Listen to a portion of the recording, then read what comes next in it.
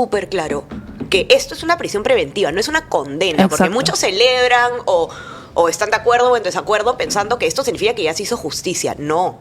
Eso es una medida preventiva que su finalidad es justamente asegurar que el señor Vizcarra esté presente al momento del proceso y de dictar sentencia, no que no se escape, en El pocas juez palabras. Chávez, y eso se lo quiero preguntar también al señor Espinosa, al doctor Espinosa, que ya se encuentra además con nosotros aquí en el set, y es los elementos que ha compartido el juez Chávez para poder decidir realmente si se le retenía o no se le retenía. Entiendo que Sí. hay un tema relacionado a peligro procesal y también peligro de fuga.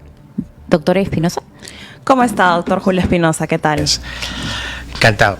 No sé si nos puede contar un poco, nos puede explicar un poco cuáles son los argumentos que ha usado el Poder Judicial en sencillo para decir, mira, el señor Vizcarra hay que meterlo en lo que dure en estos meses, durante el proceso, porque si no lo metemos en la cárcel vamos a tener un problema. Y si Sí. para usted se justifican, ¿no?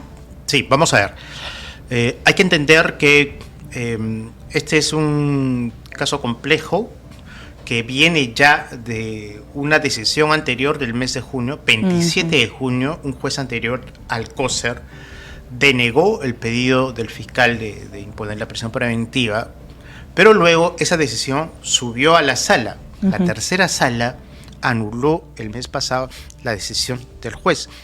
Es decir, dijo que el juez, al denegar el pedido de prisión, había dictado una resolución que no se sustentaba de modo suficiente, que no había valorado de modo suficiente todos los elementos que había presentado la Fiscalía para adoptar esta decisión. Por eso es que la sala da un mensaje, dice, vuélvase a evaluar la situación por un juez diferente, como el juez Chávez Tamariz que ha resuelto ayer, pero además téngase presente tres aspectos que para la sala eran importantísimos. Primero, el comportamiento, la conducta que ha venido llevando adelante el investigado Vizcarra durante todos estos últimos meses para generar, o según el criterio del juez Chávez Tamariz, aparentar la existencia, por ejemplo, de una relación laboral, de un trabajo estable. La sala también dijo, analícese si las evidencias, los documentos, los elementos que ha presentado Vizcarra para poder establecer que tiene un arraigo, lo que se denomina arraigo laboral, ha sido de calidad, es decir, son pruebas fiables o no, reales, claro. Existe una relación laboral en realidad existente, real, verificable, claro. o es más bien aparente. Y ahí, doctor Espinosa, respecto a lo que usted menciona del comportamiento, entiendo que se referían también a esta campaña que él ha continuado como dando a entender que podría postular a la presidencia. No sé si es específicamente esas actividades que él estaba haciendo, viajar por el Perú, reunirse ¿Pero eso tendría algo que ver con el peligro del proceso? Veamos, el Ministerio Público sí ha planteado ese aspecto, o sea, digamos, las actividades que ha desarrollado el señor Vizcarra en el contexto de una labor política, que además se basan en un contrato que él tiene con el partido Perú Primero, un contrato que le da una suerte de función dentro de la estructura del partido para realizar este tipo de actividades. Como creo en el caso de Keiko Fujimori, ella también tenía esa... Como usualmente sentido, la mayoría, ¿no?, de líderes políticos sí, tienen una suerte de contrato laboral por realizar actividad dirigencial en sus partidos. Pero lo creo interesante de la decisión de ayer del magistrado ha sido no analizar ni tampoco incorporar en su decisión la actividad política que ha desarrollado Martín Vizcarra. O sea, si bien el fiscal lo ha planteado como fundamento, el juez ha dicho, ese aspecto no es relevante, es decir, si está haciendo o no actividad política, si es que está desarrollando proselitismo pese a que su candidatura está inhabilitada por mandato de Congreso, esos aspectos no los ha abordado. Y creo que saludablemente no lo ha hecho. Sí, porque además no digamos, y eso para decirle también a nuestros oyentes que nos entiendan mejor, ¿no? O sea, una prisión preventiva, lo que no estás analizando si se ha portado bien o mal en aspectos que no sean procesales. O sea, Así lo que es. se analiza es, uno, si hay peligro de que se vaya del país, y dos, En o efecto, que se que es oculte, el o dos, peligro que obstaculice procesal. el proceso. El peligro procesal. ¿No? Y creo que eso Ni siquiera digamos, si es inocente o no. Eso no tiene nada que ver así con es. esto de acá. El juez entonces ha cuidado, además, pensando en evitar que su decisión pueda ser cuestionada como una decisión que afecta a derechos políticos, que luego pueda generar una suerte de defensa en ese sentido. Y ser un del mártir, que Así lo es. va a hacer de Correcto. todas maneras. Entonces, con esto.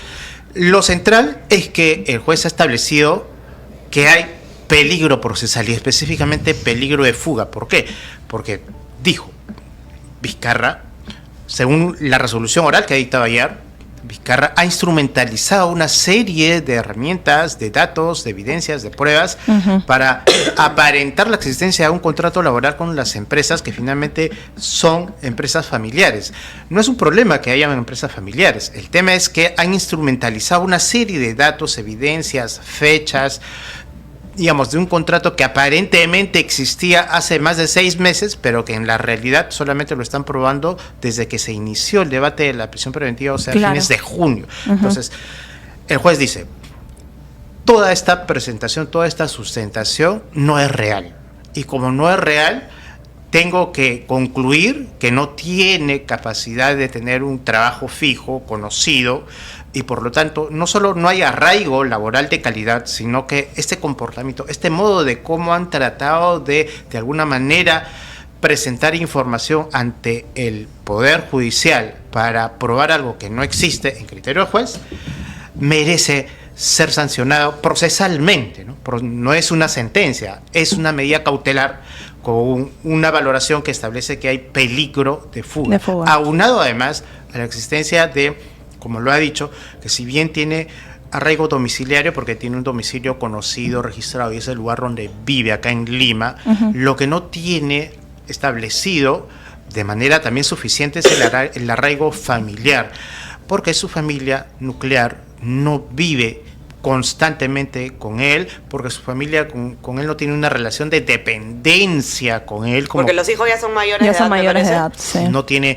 la dependencia se fija en función a los hijos o inclusive en función a los padres, claro, ¿no? Que necesitan de una relación hacia, digamos, la manutención, digamos, personas que tienen por razones de edad alguna circunstancia especial que dependen del hijo para su subsistencia. Ninguna de esas circunstancias se ha aprobado ni respecto a los hijos, ni respecto a la esposa, ni respecto o a los sea, padres. En Cristiano lo que se ha aprobado es que Martín Vizcarra no tiene ningún motivo para mantenerse en el Perú, digamos, no tiene Así un es. trabajo que lo amarre de cierta forma, Así no es. tiene una familia que lo amarre, que lo mantenga ahí, que tenga ese incentivo, y por lo tanto Se concluye. y creo que algo muy importante a tener en cuenta es el hecho de que él haya de cierta forma fabricado estas pruebas de arraigo laboral, etcétera, ya habla de un comportamiento procesal dudoso. A eso se refiere ¿No? el juez cuando claro, analiza y dice literalmente evaluar el comportamiento.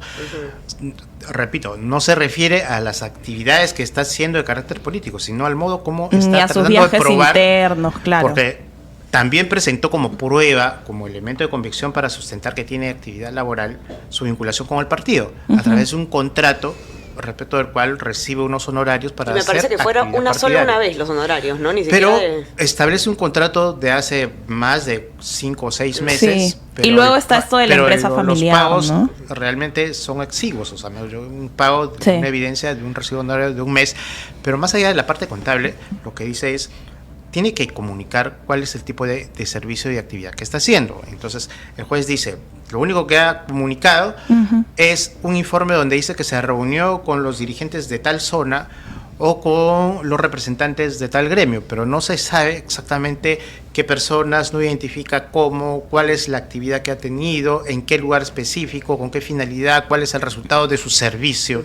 Entonces, dice, también ese tipo de actividad aparentemente laboral no es real, no es sustentada. Claro. Pero además de ello, lo que ha establecido el juez es la existencia de una suerte de peligro de fuga que se explica ante la alta probabilidad de que pueda ser ya condenado en el cortísimo plazo. Claro, porque es un caso que en realidad, como solo involucra a una persona, es. puede avanzar mucho Y más rápido en que el resto idioma de casos, legal, ¿no? que es cortísimo plazo. En Exacto. idioma legal significa que, dada la información que existe de un proceso que está en juicio oral, dado que este juicio oral para decirlo en términos muy simples, si lo comparamos con un partido de fútbol que dura 90 minutos, está ahorita ya por el minuto 75, 80. Eso quiere decir que queda muy poco tiempo para que el debate de pruebas que se está realizando en el juicio oral, que es público, termine. Digamos, el Poder Judicial no tendría por qué hacerla más larga. No debería. No debería, es más. Es más. Y acá creo que hay que hacer un llamado de atención. La decisión se ha adoptado, la decisión se ha dictado en los términos que hemos conocido ayer. Sin embargo, también es cierto que no debió llegarse a este momento límite, ¿no? Yo creo que lo que debía, al margen de que se trate de señor Vizcarra o cualquier ciudadano, un juicio oral debe realizarse, así sea complejo. Este caso parece complejo, pero finalmente es contra una sola persona. Exacto. Entonces, lo lógico, lo razonable es que la sentencia ya se debió haber producido pues hace más de 6 meses. Bueno, esa es la misma historia. Entonces, que Toledo, que Ollanta, que todo, que se demora. El problema de la dilación de los procesos hace que la prisión preventiva se use como recurso. Como bien lo has dicho, no siendo una sentencia, llegue antes que la sentencia, cuando debe ocurrir lo contrario. Es la sentencia la que debe imponerse dentro del plazo razonable y evitar esta situación. La preventiva va hasta más o menos diciembre. ¿Usted cree que hasta diciembre se podría generar ya una sentencia o tenemos que esperar al 26? Sí, lo creo. Ahora, Isaac Ordóñez, perdón que le interrumpa, doctor, nos comenta desde el YouTube, nos dice, entiendo que se apelará a la resolución, ¿es correcto? Ya dijo el abogado de Vizcarra que Erwin Sicha. Sí, Erwin Sicha, ¿no? Que es el abogado del expresidente, él dijo, bueno, habló de que el jueves 14 de agosto va a presentar el recurso de apelación, o sea, hoy día, ¿no? Y que, bueno, él consideró pues la medida arbitraria, ¿no? Y remarcó que se cedió ante la presión mediática. Y ahí quiero aprovechar también a los que nos están siguiendo para que nos dejen sus preguntas. Estamos aquí con el doctor Julio Espinosa, él es abogado penalista, que nos dejen también sus likes en este video y les vamos a ir también contestando conforme vamos avanzando en esta entrevista. ¿Cómo se puede, por ejemplo, doctor, cómo puede afectar una apelación, un recurso de apelación en estos supuestamente pocos meses que quedan ya para que se dicte además la sentencia? Vamos a ver, como toda decisión es apelable, el abogado ya comunicó que esto va a ocurrir, esto va a subir a la misma sala que hace 3 semanas anuló la resolución del 27 de junio, exactamente la misma sala. Entonces, ese tribunal tiene que evaluar si es que la decisión de ayer, que es un juez distinto, con una fundamentación mucho más integral, más completa, tiene o no que ser revocada. Probabilidades, yo me animaría, no por hacer futurología que no nos corresponde a los abogados, sino en base a los precedentes, a la proyección que sí podemos hacer del debate que ha existido ayer, de la información y de la argumentación que ha dado el juez. Yo me animaría a sostener que esta decisión no va a ser revocada, es decir, va a ser confirmada en una apelación que seguramente va a caminar rápido. Yo creo que máximo en un mes, la decisión de la sala de apelaciones ya se va a conocer, pero en un contexto diferente, en un contexto en el que estamos ante una persona cuyo juicio, y es el mensaje de la decisión de ayer, o sea, lo que se está diciendo, el fiscal ha pedido 6 meses, le han dado 5 meses, pero además en el curso de entre líneas, lo que se escucha, lo que se puede leer de la decisión de ayer es, oiga, este juicio tiene que caminar más rápido. Si es que hay una velocidad hasta este momento, más o menos de 50 kilómetros por hora, tiene necesariamente el Poder Judicial que apretar el acelerador por las características del caso y porque además se necesita ya una sentencia que defina la situación. Y ahí, doctor Espinosa, nos dejaban también un comentario, nos decía Marco Benvenuto, ¿no? Creo que tanto corrompido como corruptor debe pagar. ¿Qué pasó con el empresario? Claro, sabemos aquí que hubo un empresario involucrado, que fue la confesión, de alguna manera, que ha permitido que este caso tenga una carga probatoria mucho más alta. Era el gerente de Obrainsa, no recuerdo ahorita, Elar Paul Tejeda, ¿no? ¿Qué pasó con él? Bueno, es también dato público y ayer también se ha hecho presente, se ha conocido con más detalle en el debate por parte del fiscal.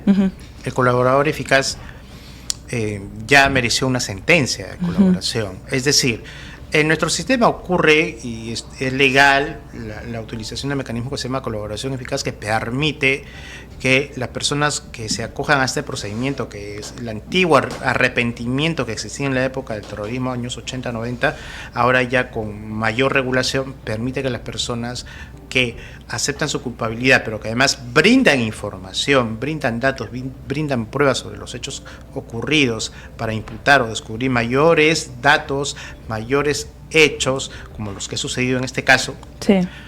puedan obtener un beneficio. Y el beneficio en concreto es un beneficio que le permite ser sentenciado, condenado, pero en este caso el juez que le ha dictado una sentencia, según lo que se ha sabido, le ha impuesto una condena a pena, pero no de cumplimiento efectivo, sino suspendida. O sea, no va a cárcel, sino más bien cumple su sentencia a través de reglas de conducta sin asumir el cumplimiento en una prisión de la Eso es lo que recibe, digamos, por la colaboración eficaz. Para decirlo en por términos lo que entrega. Y simples, eso ha es sido, un eso negocio, es una es un estrategia, premio. es una Claro. estrategia que además ha sido también no ha sido libre de debate, ¿no? Se ha cuestionado mucho si es que realmente vale la pena, digamos, dejar que los peces medianos se salgan con la suya para agarrar a los peces gordos, porque da un mensaje de que el empresariado finalmente puede hacer lo que sea para después tirar dedo, por ejemplo. ¿Cómo Así se es. interpreta eso? A ver, por supuesto que no deja de ser una institución altamente polémica, precisamente porque es un mecanismo del cual pueden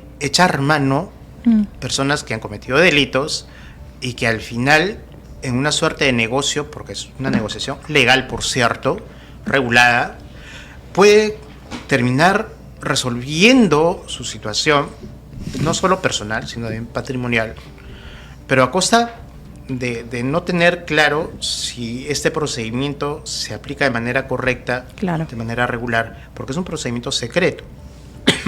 Y es precisamente lo que ocurre, salvando las distancias, con el caso Odebrecht, ¿no? Hay un intenso cuestionamiento después de que se ha conocido, se ha revelado el secreto del acuerdo de colaboración con Odebrecht. Se han conocido muchísimos cuestionamientos a la validez de ese acuerdo, a la conveniencia de haber establecido un monto de reparación y el modo de pago de la empresa, que hasta el momento está prácticamente frustrado.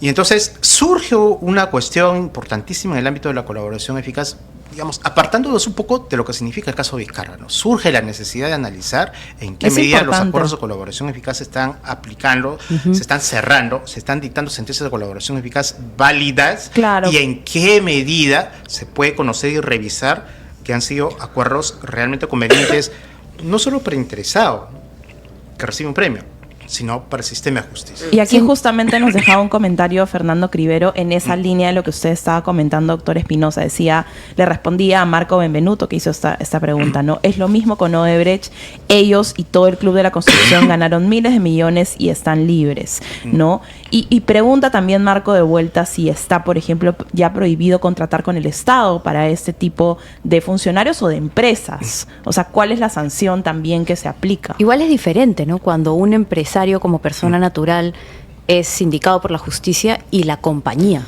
Así es.